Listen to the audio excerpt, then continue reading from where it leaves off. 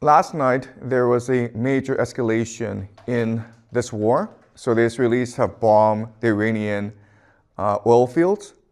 And in response, the Iranians now are attacking the energy infrastructure of the GCC.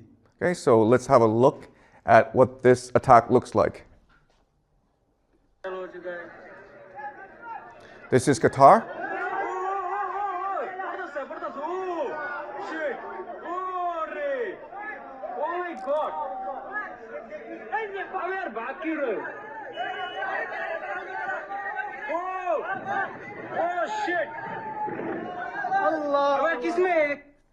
Okay, so Qatar provides 20% of the world's LNG, and this is a major escalation.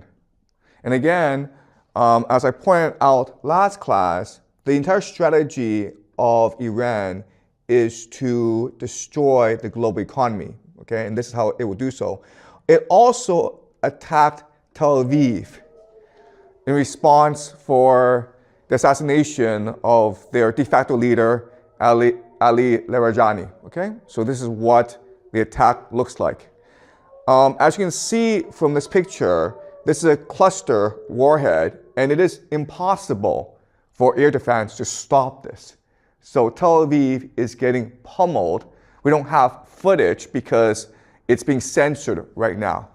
And you would think that the Israelis would want this war to end as soon as possible because Tel Aviv and other cities are getting destroyed in this war.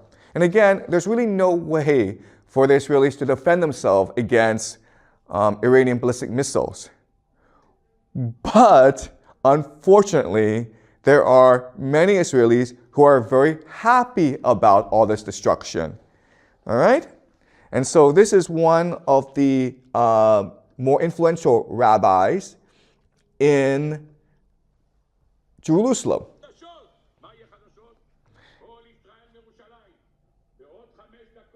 He's talking in Hebrew, but what he's saying is that this war of destruction, it will bring about the return of the coming of the Messiah. And it will happen on Thursday, which is today. Okay? So they are not at all saddened by what is happening. In fact, they are quite animated. They're very excited about what's happening. So again, you cannot look at this war from a geopolitical lens. You have to look at it from an eschatological perspective. All right? So let us look at where we are in the war so far. And as you can see, it is a regional war, and both sides are seeking maximalist objectives. And what this means is the United States and Israel wants to destroy Israel, especially its capacity to be a nation state. And so right now, the Americans and Israelis are attacking their leadership, decapitating their leadership, as well as targeting their economy. And later on, as this war progresses and escalates, they will start to target civilian critical infrastructure, including water. Okay? And it's already happening. They also want to have a divide and rule strategy where they want to provoke ethnic conflict in Iran and divide Iran up into ethnic enclaves. And this is what we call balkanization.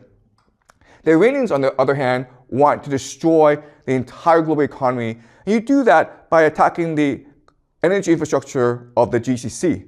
Because again, the entire basis of the global economy is cheap energy.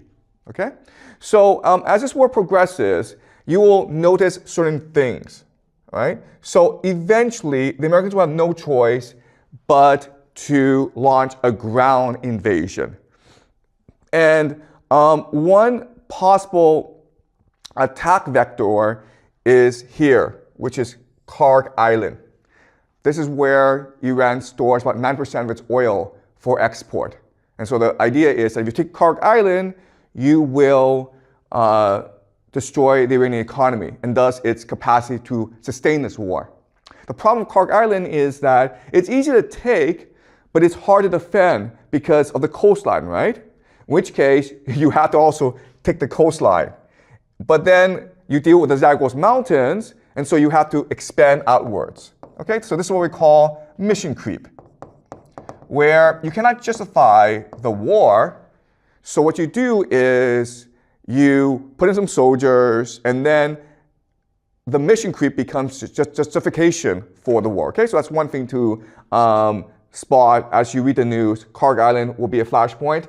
Another flashpoint will be Saudi Arabia, because right now the Iranians are attacking Saudi Arabia. Now, what Saudi Arabia can do is declare war on Iran. And this is important because Saudi Arabia has a mutual defense pact with Pakistan, so that if any are attacked, the other is obligated to come to each other's defense. Okay? This is important because, as you can see, Pakistan opens up the eastern front. Okay? So it's possible the Americans can attack from the east. The other thing that's important is that Pakistan has nuclear weapons. And it is possible nuclear weapons are used. I strongly believe tactical nuclear weapons will not be used, okay? But once Pakistan is in the war, nuclear warheads are now at play, okay? Another thing to watch is how this war expands elsewhere, okay?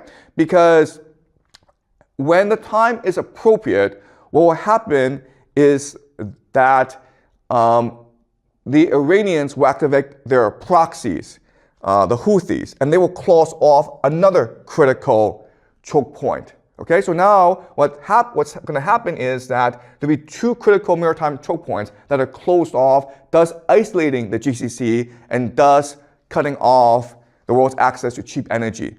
And when they do that, we can expect global retaliation and other forces will have to come in to secure cheap energy.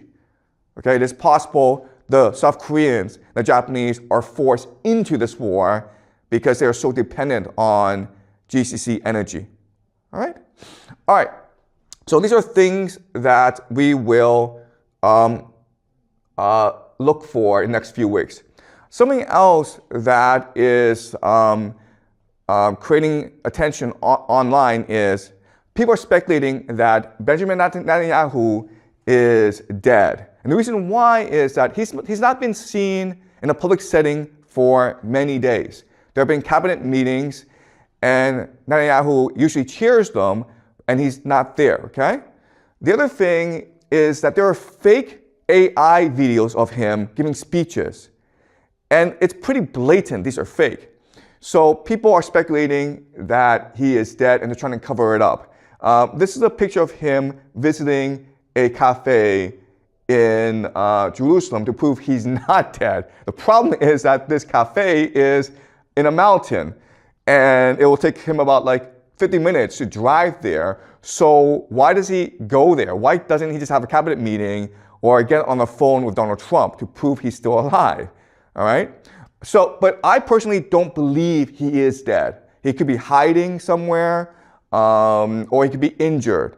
What we do know is that the Iranians are killing a lot of senior Israeli officials, including the head of Mossad, the spy agency. And Netanyahu's residence was also targeted in Tel Aviv. So that's a really interesting question. How are the Iranians able to target so many of the top leadership of the Israelis, okay? But not only that, but this is Ali Larijani, and he is the de facto head of the Iran war effort. And he was assassinated yesterday or 2 days ago. And the Iranians have confirmed this, okay? So he is confirmed to be dead. And analysts are extremely worried about this because he is a very pragmatic person.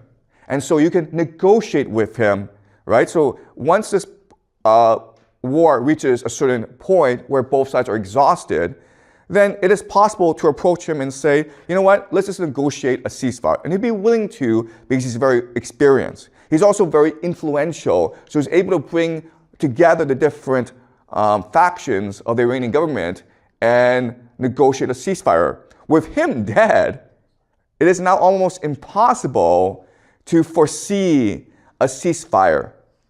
Okay? So let's discuss why you really don't want to do this sort of stuff. You don't really want to kill other nations' leaders, okay? And so let's just use an analogy. Let's imagine in the streets, there are two gangs at war with each other, okay? Gang A and Gang B. Okay, Gang A, Gang B. And if you look at gangs, they are structured as hierarchies, okay? But there's a lot of autonomy among the different sections, okay? And what holds the gangs together, of course, is the leader. So when these two gangs go to war, what they try to avoid is killing each other's leader.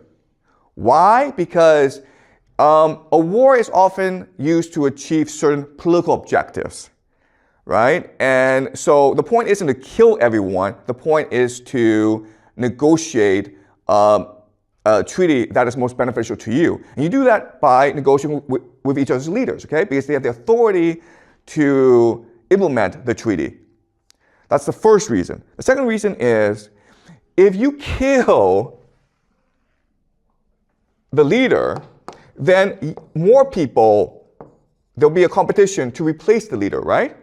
And during a gang war, the person who is most violent, the most extreme, will often become the new leader, okay? So by killing this leader, not only do you cause conflict among the gang, but you also cause a massive escalation in the conflict between these two gangs, and there's really no way out. That is why historically you do not target other nations' leaders, because then there's no off-ramp. Okay? So by targeting Larijani, the Israelis and the Americans have ensured that there will be no off-ramp now. This war will be fought to the bitter end. And unfortunately, as we discussed previously, that is the objective here. The Israelis and Americans are interested in maximalist aims to destroy Iran permanently. Okay? And the Iranians are also maximalists in that they want to destroy the global economy permanently in order to restructure reality itself. All right, okay.